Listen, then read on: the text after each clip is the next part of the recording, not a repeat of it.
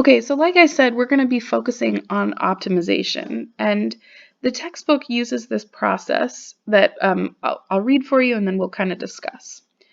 When we optimize a problem, we're looking for the best possible answer. So, for example, maybe you want the best possible car, or you want the best possible car for your lifestyle. Maybe that's a smart car. Maybe you do a lot of work and you need a truck, so there's an optimum. This means we're looking for a relative minimum or maximum. In this class, we're going to work with functions, and so if we need the best answer, actually, let me draw a picture. So maybe this axis down here is like the number of units you sell,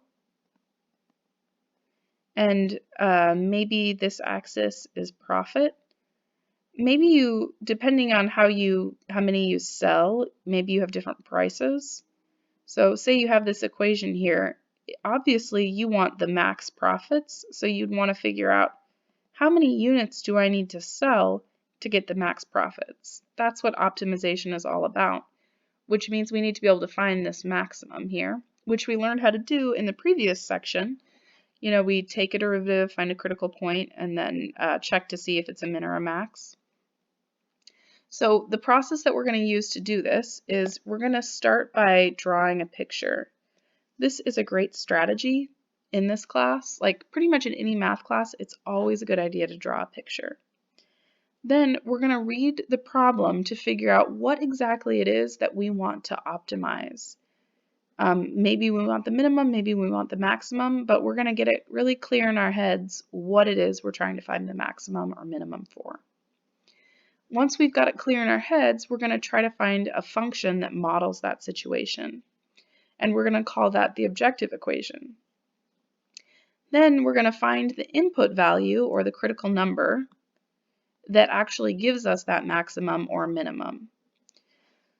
So we'll work on A, B, and C later, but let's start with number one, which is kind of a simple problem that you've probably seen before and been able to solve a different way. So suppose a ball is thrown straight up into the air.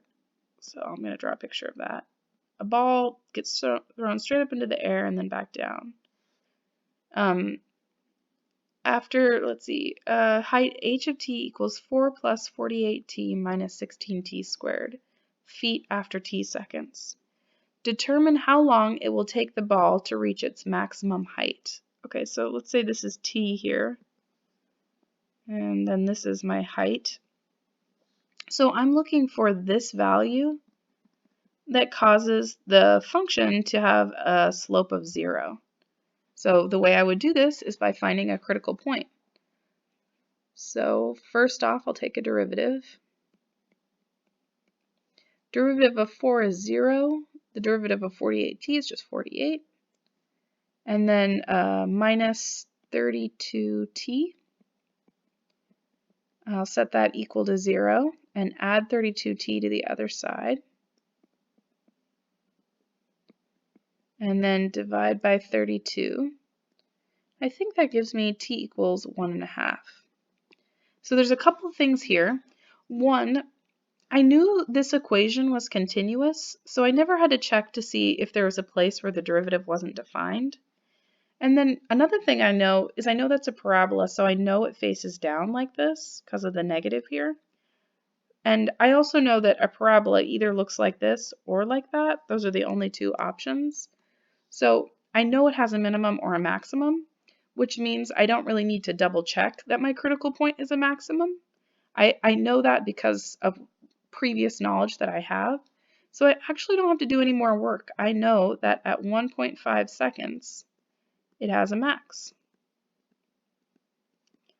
And then one thing that can be tricky is I'm going to read the problem one more time because it might be asking what the actual maximum height is and not when it's the maximum height. And a lot of times on tests, people get those two confused, so I want to be really sure. Determine how long it will take the ball to reach its maximum height and determine the maximum height. Okay, so I am actually only partway done. So 1.5 seconds, it has a max. Now I want to figure out what the max is. So I'll plug it into my original equation.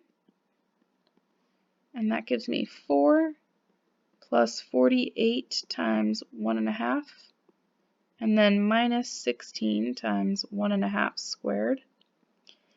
I'm not good with decimals in mental math, so I will put that into a calculator. So 1.5 squared,